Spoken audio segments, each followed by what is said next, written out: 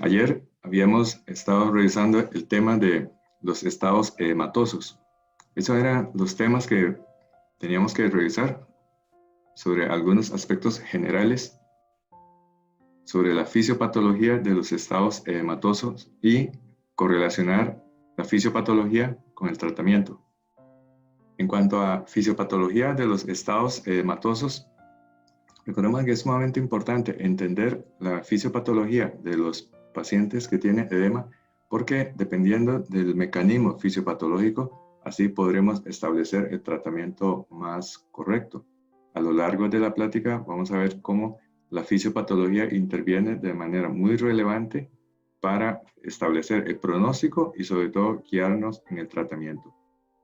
Recordemos que edema se refiere a una acumulación excesiva de agua en diferentes partes del cuerpo. Este edema puede ocurrir a nivel intracelular o a nivel extracelular. Son los dos grandes tipos de edema.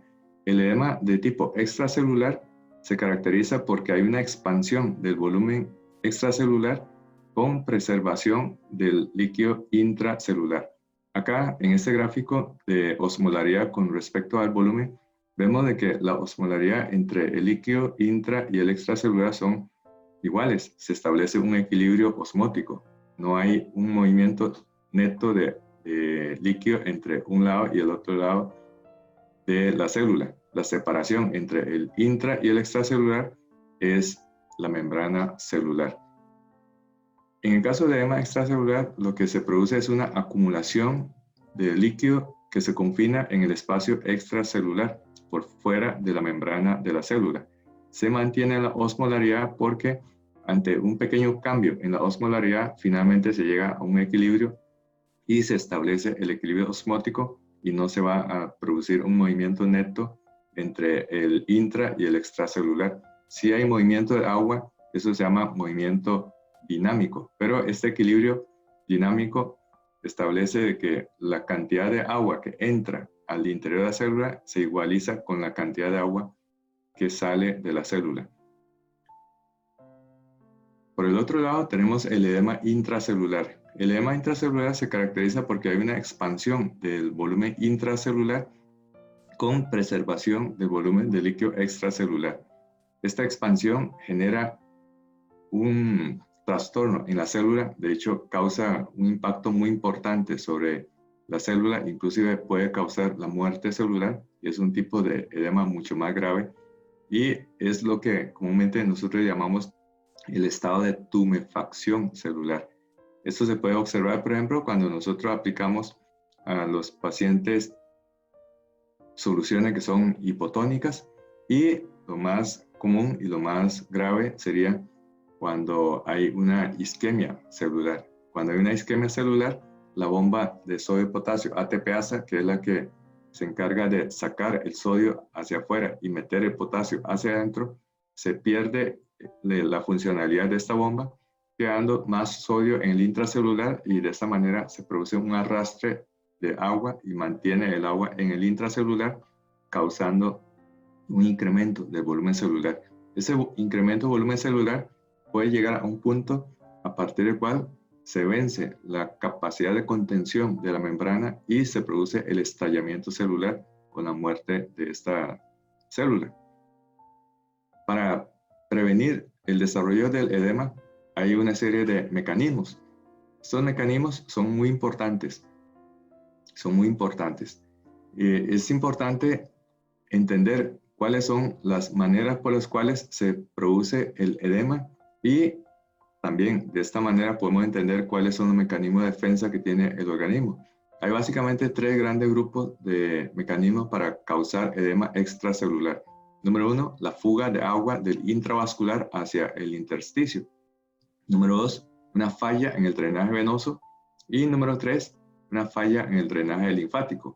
Vimos el día de ayer cómo la fuga del agua del intravascular hacia el intersticio ocurre cuando utilizamos distintos tipos de soluciones de expansión volumétrica, que la falla en el drenaje venoso explica el edema que se produce, por ejemplo, en los pacientes que tienen una trombosis venosa. Igualmente nosotros podemos ver el edema que se desencadena cuando colocamos un torniquete en una extremidad, Y en el caso de falla en el drenaje linfático, el ejemplo clásico es el linfedema que ocurre después de disecciones ganglionares.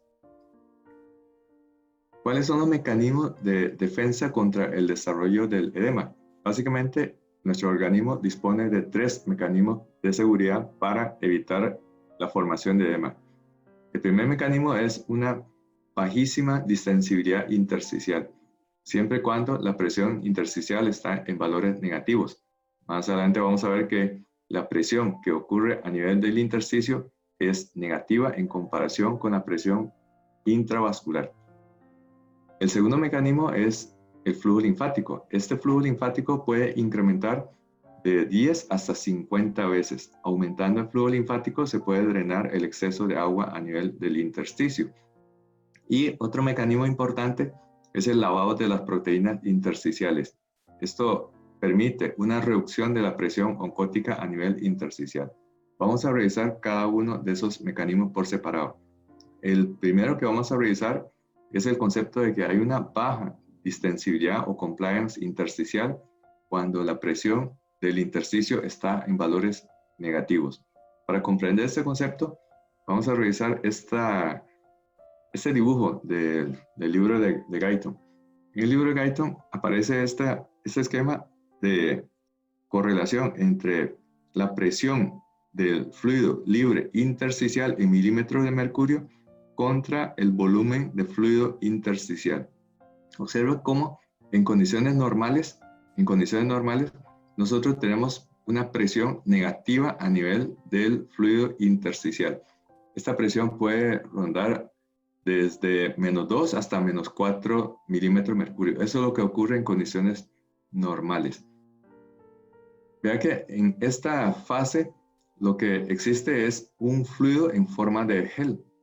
Esto es porque el agua que se encuentra en el intersticio, cuando la presión intersticial es de valores negativos, es agua de hidratación a diferentes macromoléculas, principalmente el proteoglicano, que tiene capacidad para ligar el agua. Eso es lo que se llama agua de solvatación.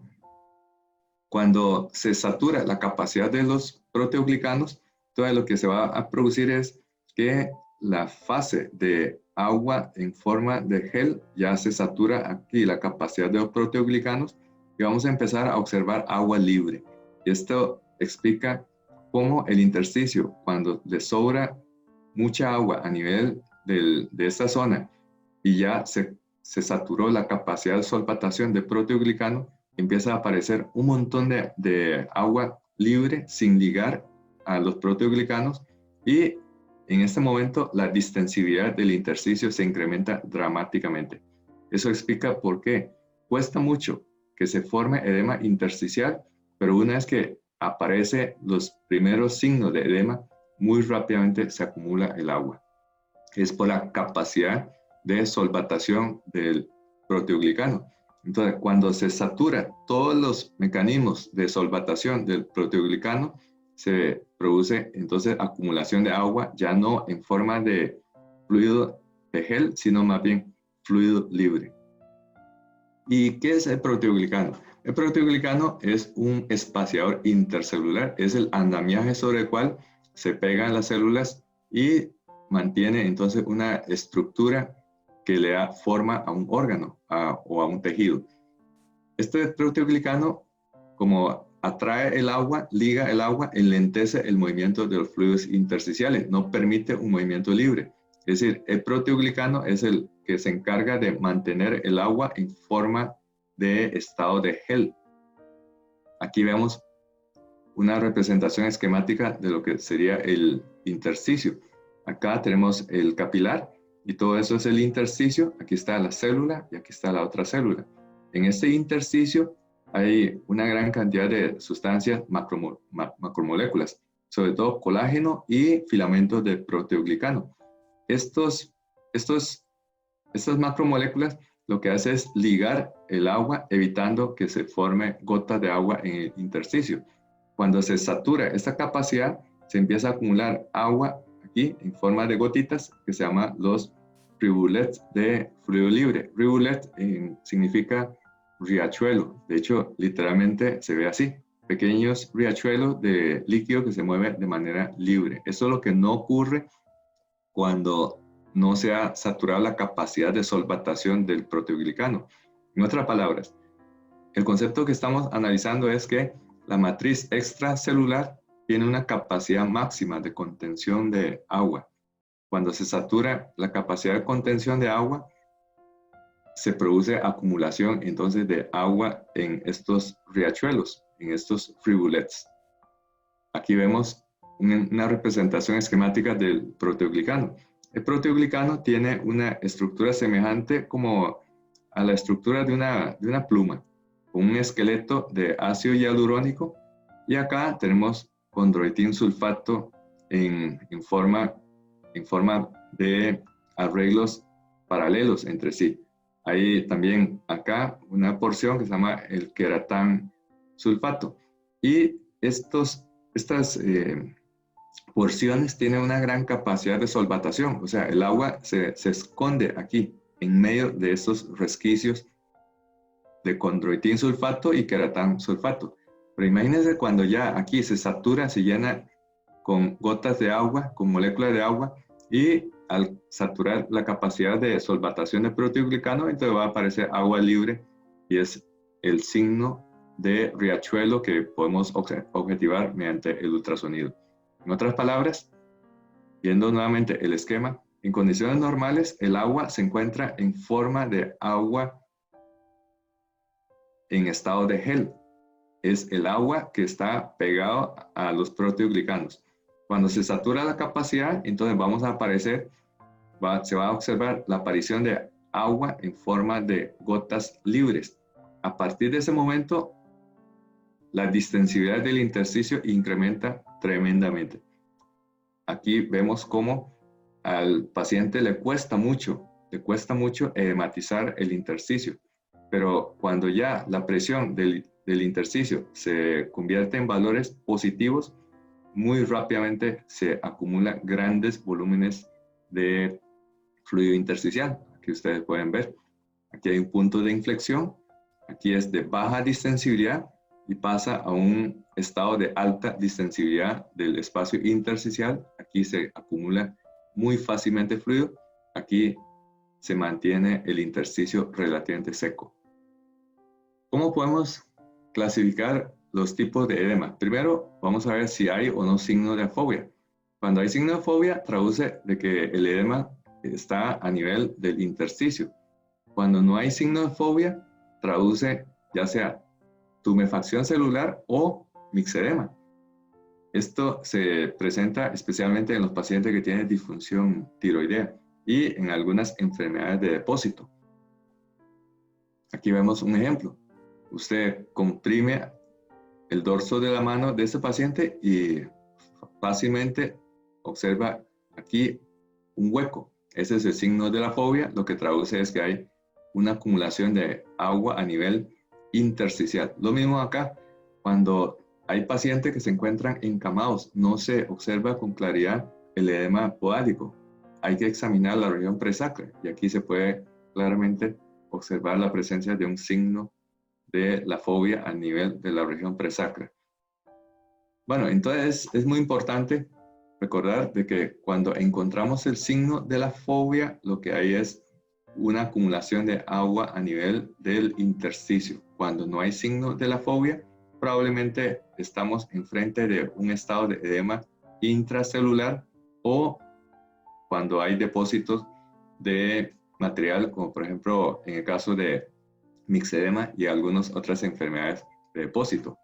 Acá vemos otro ejemplo de una paciente que vino en anasarca. Al comprimir el dorso de la mano, claramente se puede observar el signo de la fobia. Lo mismo se observa a nivel pretibial. Cuando utilizamos el ultrasonido en esta paciente que tenía anasarca, con un transductor lineal podemos observar esto. Esto que ustedes ven acá es acumulación de agua en el intersticio. Esto es lo que se le conoce como el signo de riachuelo o signo de rivulet. Y esto, correlacionando con la fisiopatología que vimos, se debe a que en un exceso de agua que ya sature completamente la capacidad de solvatación del proteoglicano, en la matriz extracelular vamos a ver estos riachuelos que son anormales y se puede objetivar fácilmente con un ultrasonido. Cuando colocamos el transductor de ultrasonido, si presionamos un poco, se puede observar cómo estos riachuelos desaparecen y luego cuando soltamos el transductor, reaparecen. O sea, no es que por arte de magia desapareció el agua, simplemente se redistribuyó porque el agua ahora se mueve de una manera muy libre. Ya es agua libre y no agua en forma de, en la fase de gel, de agua de solvatación del proteoglicano. Entonces, para que no se nos olvide, el hallazgo ultrasonográfico se llama presencia de riachuelos o rivulets. El otro mecanismo de seguridad contra edema es el incremento del flujo linfático. El sistema linfático se caracteriza porque son vasos que tienen una serie de poros, de hecho es un poro mucho más grande en comparación con los capilares, y además tiene válvulas que permite un flujo unidireccional del movimiento, en ese caso sería el líquido linfático, que en su mayoría está conformado por agua. En condiciones normales hay una filtración neta de líquido del intravascular hacia el intersticio.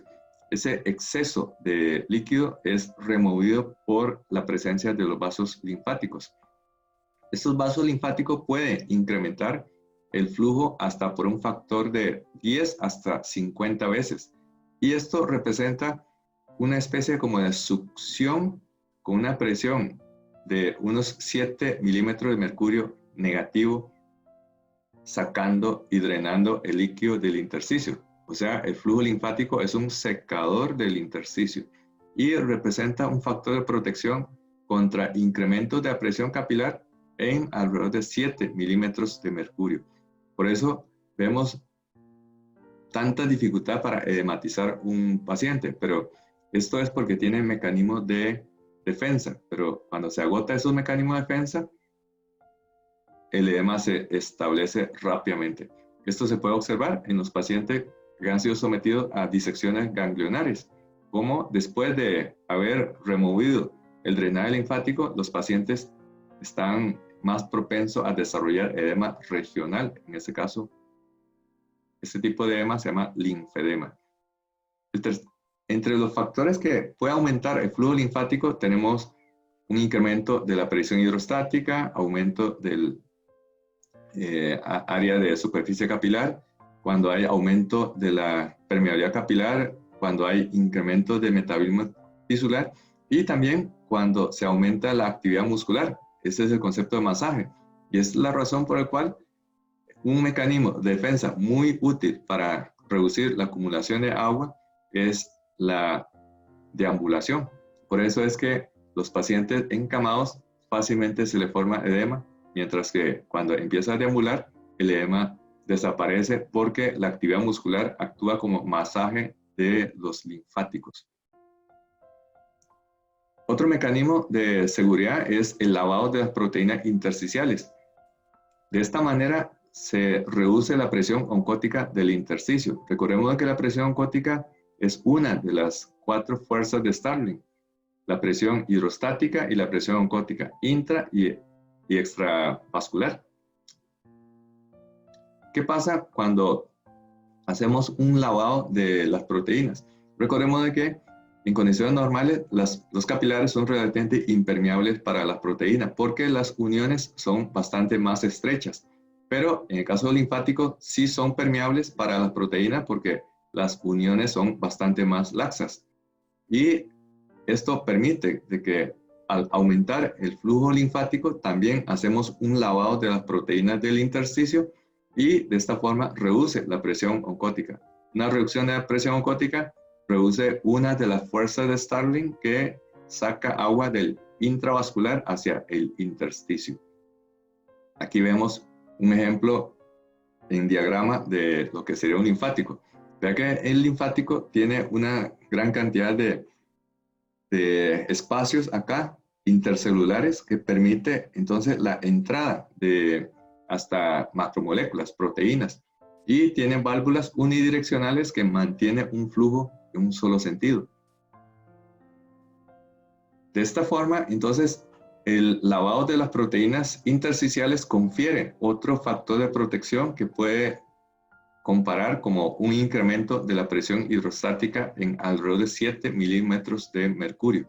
O sea, en otras palabras, poniendo todas las cosas en una sola diapositiva, de esos tres mecanismos, la reducción de compliance intersticial cuando la presión intersticial está en valores negativos confiere una protección de 3 milímetros de mercurio. El incremento del flujo linfático confiere otros 7 milímetros de mercurio de protección. Y a nivel del tercer mecanismo de lavado de proteínas, tenemos otros 7 milímetros de mercurio de protección. O sea, en otras palabras, sumados, tenemos 17 milímetros de mercurio de protección. Es decir, se puede incrementar la presión del capilar, la presión hidrostática del capilar en hasta 17 milímetros de mercurio sin que se produzca el edema a nivel del intersticio. Otro concepto importante es el equilibrio hídrico. Esto se calcula prácticamente todos los días, la suma de egresos e ingresos. Y ese remanente de ese día se va a sumar al remanente de los demás días y es el concepto de arrastre. Y aquí vemos una hoja típica de balance de fluidos. Vean que hay una columna de ingresos y una columna de egresos con diferentes tipos de fluidos que se ingresaron y sacaron. Aquí ingreso por vía oral, ingreso por vía endovenosa y egreso como orina y algunos otros. Aquí se suma la columna y al final se establece un balance de ese día. Este balance se le suma a los balances de los días previos y es lo que se le conoce como el concepto de arrastre. Sin embargo, estos datos son completamente imprecisos. Yo diría que esas hojas, igual que las hojas de anestesia, son mentiras sistemáticas, porque literalmente lo que hay es un batazo tras otro batazo y otro batazo de números. Ustedes pueden ver cómo mide los balances, las diuresis, lo que se pierde. Se agarra un riñón y a ojo decimos, tiene 200 cc. Si le pregunta a otra persona, va a decir tiene 180. Y si le pregunta a otra persona, va a decir que tiene 300 cc. Igualmente con la orina. Agarramos la bolsa y dice, bueno, ha drenado 100 cc. Pero vean ustedes, ¿no les llama la atención sospechosamente que todas las cifras de orina terminan en ceros y en cincos? Pateos, ¿no? Tal vez la única cifra que es bastante real es la cantidad de fluido que ha entrado por vía intravenosa porque la bomba de infusión te lo dice. Entonces, no se lo olvide.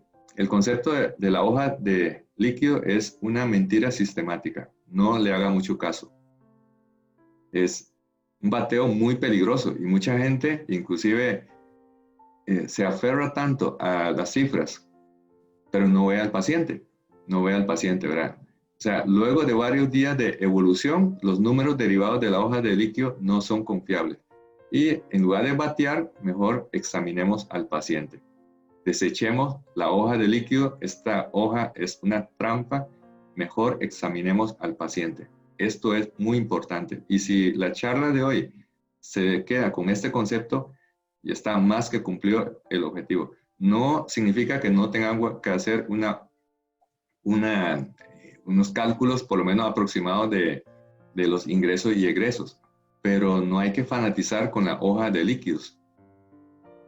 A veces también de manera como retrospectiva uno dice qué jocoso fue antes cuando para cirugías hacíamos hoja de balance de líquido en el intraoperatorio. Peor aún, ¿cómo sabe usted que una toruna tiene tanto cc? ¿Cómo sabe que una gasa tiene tanto? Y el montón de líquido y sangre que quedó impregnado en la ropa. Entonces, es mejor en estos casos, si lo quiere hacer, hágalo, pero no le haga mucho caso. O sea, en otras palabras, mejor no lo haga. Entonces, por el otro lado, una suma y resta de ingreso y egreso igual a cero no quiere decir que tenga un balance completamente neutro. ¿Por qué? Porque esos son volúmenes de agua, volumen líquido, pero ¿y los electrolitos? Un ejemplo lo tenemos acá. Aquí ustedes pueden ver, la suma fue ingreso 4.083 y egreso 2.750 de orina. Y aquí dice un balance de 1.333. Pero vean que aquí son 4.083 de solución salina y los 2.750 corresponde a volumen de orina más los drenajes.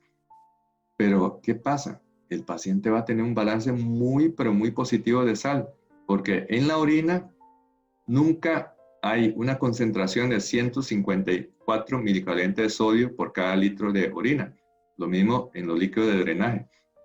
Y para contextualizar, vean ustedes, según la FDA, una dieta promedio debe ser no más de 2.300 miligramos de sodio por día. Pero si usted ve lo que contiene un litro de solución salina al 0.9%, nos damos cuenta que tiene 9 gramos de sal. O sea, un litro de solución salina tiene muchísimo más sal que los requerimientos metabólicos diarios de una persona promedio. Entonces, que no se nos olvide, la suma y resta de los volúmenes de esa hoja, véalo, obsérvelo, pero no le haga mucho caso. No es muy confiable. Mejor examinemos al paciente. No hay nada mejor que examinar al paciente y peor aún cuando el paciente ha tenido varios días de internamiento y más aún si tiene una enfermedad crítica. La acumulación de agua a nivel del intersticio causa entonces el edema intersticial. Observe que el fluido intracelular, que tiene 25 litros, tiene una osmolaridad de 2,85. Lo mismo que la osmolaridad del fluido intersticial, que tiene un volumen de unos 13 litros. Hay 3 litros de plasma. Recordemos de que hay 2 litros que corresponde a glóbulos rojos, o sea, el volumen celular, que en realidad se suma al fluido intracelular. Por eso el volumen sanguíneo no es lo mismo que el volumen plasmático. Pero hay un 1% que falta para la sumatoria y ese 1% se llama fluido transcelular. Fluido transcelular. La acumulación de fluido transcelular explica los edemas que se encuentran en las cavidades. ¿Dónde se encuentra este líquido transcelular? Puede ser el humor acuoso, puede ser los líquidos articulares, puede ser el líquido pleural, puede ser el líquido peritoneal, puede ser el líquido cefalorraquídeo, puede ser el líquido pericárdico. Estos tipos de líquidos se llama líquido transcelular, que tiene una tasa de recambio metabólico bastante lento. Ejemplo de estos fluidos de tercero espacio tenemos en pleura, peritoneo, articulaciones, líquido cefalorraquídeo y pericardio. Y cada uno tiene un nombre propio. Tenemos derrame pleural, ascitis, hidrartrosis, hidrocefalia y derrame pericárdico. Vamos a ver un ejemplo de cada uno. Acumulación de agua excesiva a nivel de la pleura. Esto es derrame pleural. Acá podemos ver claramente una radiografía que corresponde a un derrame pleural. Ahí ustedes pueden observar el signo de menisco. El signo de menisco es la acumulación de agua a nivel de la cavidad pleural. Esto solamente es visible cuando la radiografía se toma con el paciente en posición sentada, no en el paciente que está acostado. Por eso es muy importante este concepto, porque a veces nos aferramos a que en la radiografía no hay signo de menisco, pero es porque nuestros pacientes están encamados y se le toma una radiografía portátil, que es una radiografía AP y no una radiografía tele de tórax. Aquí se puede observar también otro ejemplo. Esta radiografía corresponde a un varón de 71 años con una insuficiencia renal crónica terminal, ya que tiene un velamiento completo del hemitórax. Cuando lo insonamos, nos dimos cuenta que tenía un derrame pleural masivo. Así es que se le hizo una toracentesis y ese es el líquido que se drenó. Claramente se observa que es un líquido de tipo transsudado. Ahí tenemos ese paciente. la toracentesis se lo hicimos no metiendo una sonda de tórax. Esto es muy cruento. Lo que hicimos fue, guiado con ultrasonido, colocar un catéter venoso central, un Arrow de 2 lúmenes, y se le drenó un total de 1555 cc. Aquí ustedes pueden ver la radiografía post-toracentesis de 1550 cc. Se limpió completamente el hemitórax. Claro está que eso es una medida transitoria, porque para resolver definitivamente este hidrotórax hay que resolver la causa de fondo, que sería la insuficiencia renal. Pero por lo menos el paciente mejoró significativamente desde el punto de vista respiratorio y hemodinámico. Otro ejemplo de acumulación de fluido en espacios corporales potenciales es a nivel del peritoneo, o sea, la ascitis. Aquí tenemos un paciente con una hepatopatía crónica terminal. Es el aspecto típico de vientre de batracio, con acumulación de grandes volúmenes de líquido a nivel de la cavidad peritoneal. Acá, entonces, en vista de la restricción respiratoria que tiene, decidimos realizarle una paracentesis. El punto más seguro de punción cuando no se disponía de ultrasonido es esto, es el punto de McBurney contralateral. El punto de McBurney contralateral. Pero ahora estamos en otra época en donde hay que implementar las medidas de seguridad y la paracentesis se hizo guiada por ultrasonido. Con el ultrasonido podemos inclusive medir la distancia de seguridad. En este caso, desde la piel hasta las primeras asas intestinales hay una separación de 6.8 centímetros. Entonces eso nos da un parámetro de seguridad. Y lo mismo, en lugar de colocar un trocar muy grueso, le colocamos una vía central de doble lumen, un Arrow, y empezamos a extraer líquido. En total se le extrajo cerca de, bueno, aquí ustedes pueden ver, ¿verdad? Una cubeta. Después de sacar una cubeta de líquido, aquí ya le retiramos la vía central. Todavía se puede sacar más, pero el parámetro de seguridad es idealmente no más de 4 litros. Pero esto a veces es como una verdad media, porque este paciente, como cada 3 semanas tiene que estar viniendo a hacerle la paracentesis, aprovechamos para sacarle más de 4 litros. Aquí tenemos otro ejemplo de un paciente con estado de anasarca. Se trata de un paciente masculino de 38 años con una hepatopatía crónica por alcohol. Observe que tiene colocado una sonda de Sengstaken-Blaymore porque tuvo una hemorragia por varices esofágicas. Y ese paciente fue sometido a una derivación por Tocava. Ahí ustedes pueden ver el shunt entre la vena porta y la vena cava. Aquí está la vena porta y aquí la vena cava. Se hizo la derivación por Tocava y el paciente estaba sumamente, pero sumamente encharcado.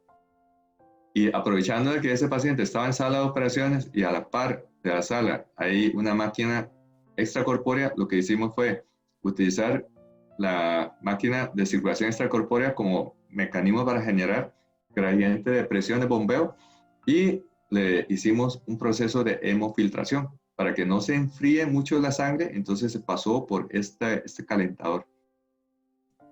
Y eso fue lo que obtuvimos. En total le sacamos 10 litros. Ese paciente estaba completamente en anasarca. Y después de eso lo pasamos a la unidad de cuidado intensivos. Al día siguiente ya el paciente estaba extubado. Cabe mencionar que ese paciente tenía 7 días de estar en ventilación mecánica y dependiente de FIO y parámetros ventilatorios muy elevados, dado la restricción y el estado de anasarca. Aquí podemos ver el resultado. La mano antes y ahora después. Aquí podemos ver antes con el edema masivo y después. Y este paciente así está 7 días después de la derivación. No significa de que la hemofiltración fue responsable de la mejoría de este paciente. Definitivamente la derivación también fue un factor importante para la mejoría de ese paciente. Pero uno se plantea, ¿y qué tal si se deriva y no se le saca los 10 litros de anasarca? Probablemente ese paciente todavía estaría pegado al ventilador. Otro ejemplo de fluido que se acumula en los espacios corporales potenciales es a nivel de las articulaciones. Ese es el concepto de hidrartrosis. Para ilustrar eso, veamos este caso clínico. Es una paciente que estaba en recuperación, muy frecuente esa situación, pero sumamente frecuente. Es una femenina de 26 años con embarazo de término y preeclampsia. El concepto tradicional de la preeclampsia es que estos pacientes tienen hipertensión arterial que incrementa la presión hidrostática a nivel de capilar y fuerza la salida de líquido hacia el intersticio. De ahí el edema tisular de las preeclámpticas. Y esto, además, al perder volumen del intravascular al intersticial, se produce un estado de hipovolemia. Y esto ha sido un concepto que se viene arrastrando desde hace décadas, desde hace muchas décadas, pero en la actualidad se ha demostrado que este concepto es una verdad media o incluso puede ser errónea en algunos pacientes. En pacientes con preeclampsia, lo que hay es una anomalía en la placentación. Y esa anomalía en la placentación explica de que estos pacientes, para compensar una hipoperfusión de la placenta, tengan que reaccionar aumentando la presión de perfusión. ¿Y qué provoca en estos casos? Se dice tradicionalmente de que la preeclampsia tiene hipertensión con hipovolemia. Esta hipovolemia es por fuga de líquido y consecuentemente son pacientes que tienen hipovolemia y que más bien, para estos pacientes hay que resolver un estado de hipovolemia. Entonces aquí estamos viendo una contradicción de que hay una hipovolemia en medio de una hipertensión. Entonces, ¿qué es lo que empuja al clínico a hacer bajo este concepto muy tradicional? Esto, el tratamiento con esta paciente fue sulfato de magnesio, 10 gramos en 1000 cc de solución salina a pasar a 100 cc por hora, o sea, 1 gramo de magnesio por hora. Hidralazina, los famosos 5 miligramos cada 20 minutos. Ya sabemos de que esta estrategia es pero muy pegada a la literatura, y cuando analizamos las cosas nos damos cuenta de que esta es una estrategia incluso peligrosa, porque ¿cómo vamos a tratar la hipertensión con un esquema PRN? Es completamente ilógico, pero el copy and paste de la literatura hace que todos hagamos lo mismo. Y como ella estaba en posparto, entonces pitocin, 20 unidades en 500 cc a pasar a 83 cc por hora para que esta cantidad de pitocin se pase en alrededor de unas 8 horas. Y nitroprusiato porque la paciente estaba muy hipertensa, 50 en 250 a pasar a 25 cc por hora. Y la paciente estaba en recuperación y sin embargo, vean ustedes las presiones voladas, ¿verdad? 205, 106. 205, 106. Y por el otro lado, alguien podría pensar, bueno, ¿y qué pasa con esta variabilidad de la presión de pulso? No es válido en el caso de una persona que está respirando espontáneamente. Y además, por la congestión pulmonar, la paciente estaba respirando de manera trabajosa y esto inutiliza la variabilidad de la presión pulso como un método para valorar el estado de volemia. Y todo esto, para contrarrestar todo esto, estaba con magnesio, hidralazina e hidroprusiato. Esta es la radiografía de tórax de esa paciente. Vean cómo está con una silueta cardíaca ensanchada de tamaño, con aquí aspectos de vidrio esmerilado. No vemos el signo menisco porque recordemos que la radiografía se toma en posición horizontal. Y cuando uno examina a la paciente tiene un edema tisular, pero además es un edema tisular de esos ya duros, porque a diferencia de pacientes de tercera edad, en donde la piel no es de buena calidad, En caso de una paciente relativamente joven, tiene buena cantidad de proteoglicanos. Entonces, cuando usted aprieta, mucho de esa agua es agua en forma de gel, pero también hay agua de los ribulets. ¿Y qué termina en un caso como esto? Bueno, súmele los volúmenes. Vean que solamente para el tratamiento está recibiendo más de 200 cc por hora. Y un solo día ya estaría recibiendo 4.8 litros. ¿Cuál hipertensión se va a controlar con estas cifras de solución con sal? Bueno, ya sabemos de que este concepto es erróneo, históricamente erróneo, y que tal concepto de hipertensión hipovolémica en paciente preeclámptica es un concepto completamente erróneo.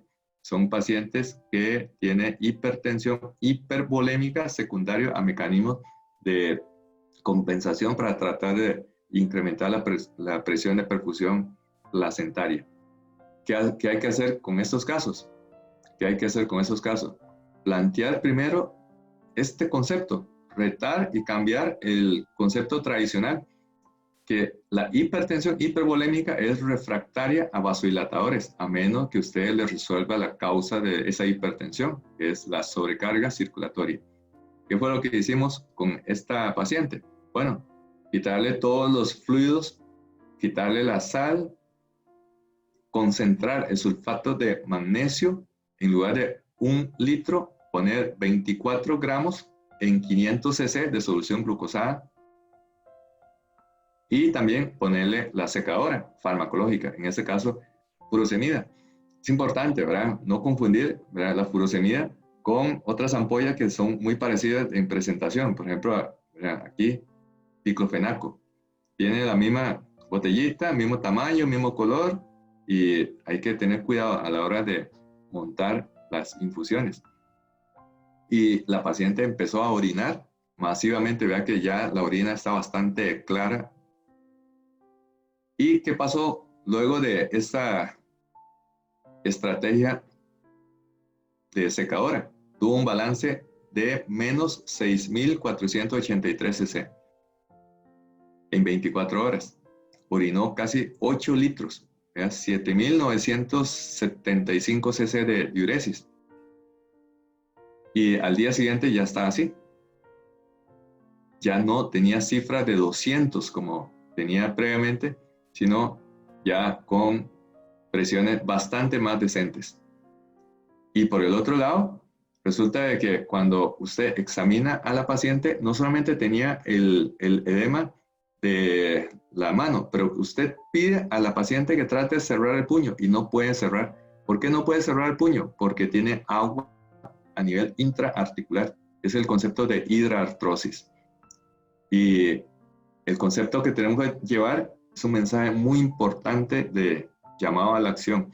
Examinemos a los pacientes, especialmente la preeclámptica, por la presencia de hidraartrosis. Pídele a la paciente que cierre la mano. Si logra cerrar la mano es porque no tiene un exceso masivo de agua corporal total. Pero si es incapaz de cerrar la mano, el puño, eso significa que tiene agua a nivel de las articulaciones interfalángicas y a nivel de metacarpo, y esto explica un estado de hipertensión hipervolémica. Cuando usted encuentra esto, quítele todas las soluciones con sal, restríngele los líquidos intravenosos, póngale diurético, porque estas hipertensiones son refractarias, inclusive a dosis muy altas de nitroprusiato. Otro espacio donde se acumula exceso de agua y en forma libre es a nivel del líquido cefalorraquídeo, y esto es la hidrocefalia. La hidrocefalia ciertamente es una entidad que afecta más a pacientes con una obstrucción o a pacientes añosos. Aquí vemos un caso típico de hidrocefalia. En esos casos, como se instaura de manera lenta y crónica, puede inclusive tener presión intracraniana normal. Es el concepto de hidrocefalia a presión normal, hidrocefalia normotensiva, o el síndrome de Hakim.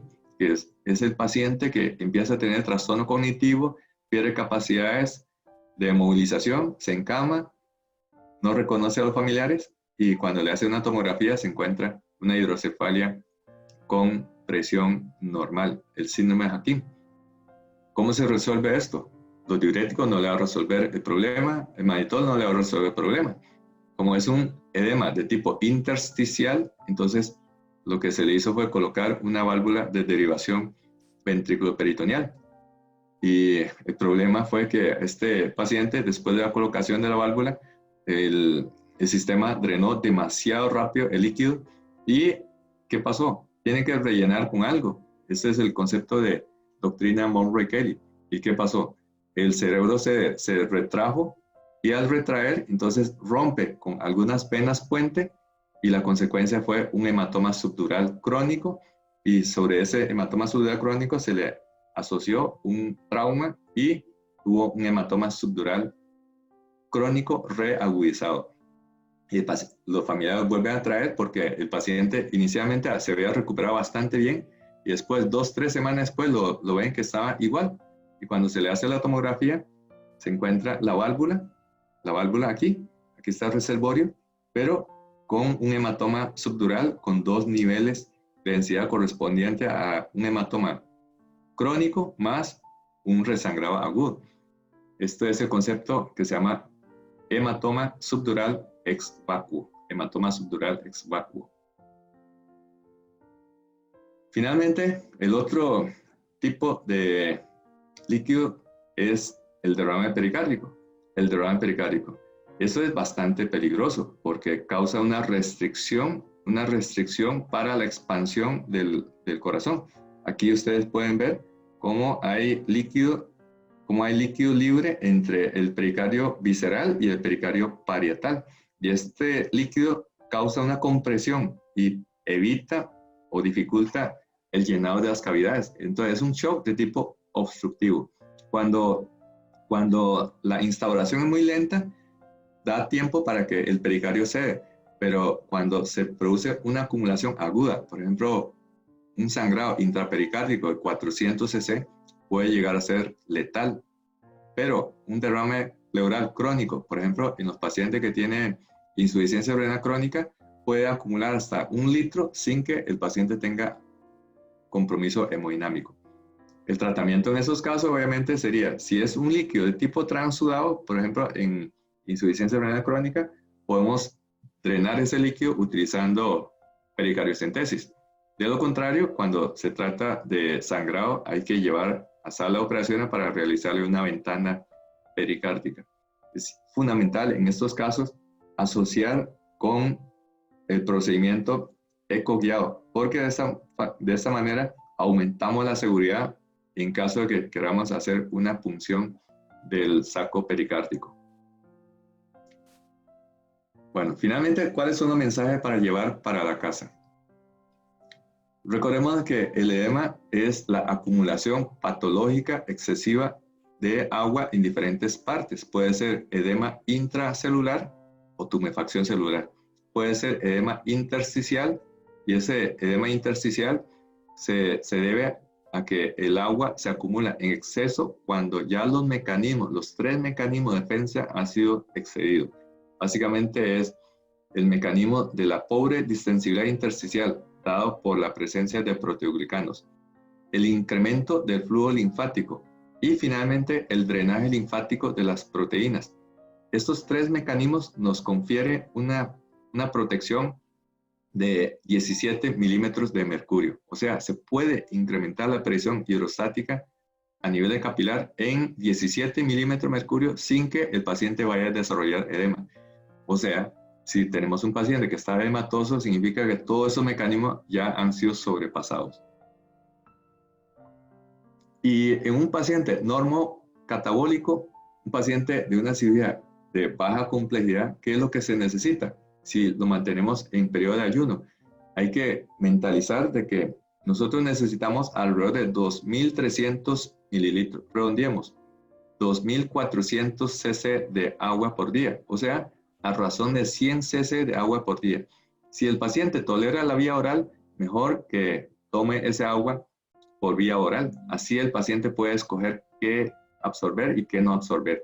En cambio, cuando usted aplica por vía intravenosa, la bomba es ciega, las conexiones y la bolsa de solución, todas estas cosas son ciegas.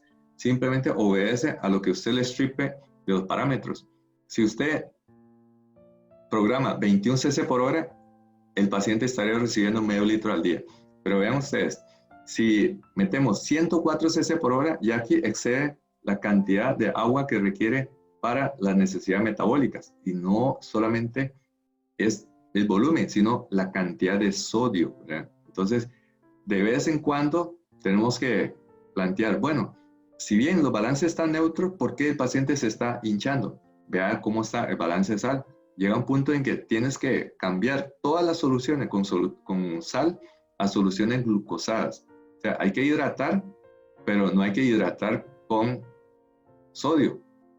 Probablemente ninguno de nosotros se nos ocurre la idea que si tenemos sed, entonces agarramos un vaso de agua, le echamos una cucharada de sal de mesa, lo mezclamos y lo tomamos. Más sed nos va a dar.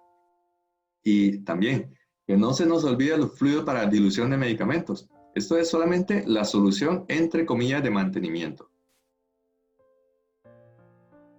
Entonces, para recalcar, existen 3 mecanismos antiedema. ¿Cuáles son esos 3? Los proteoglicanos, que mantienen una baja distensibilidad a nivel del intersticio. Cuando se sobresatura la capacidad de los proteoglicanos, va a aparecer agua libre.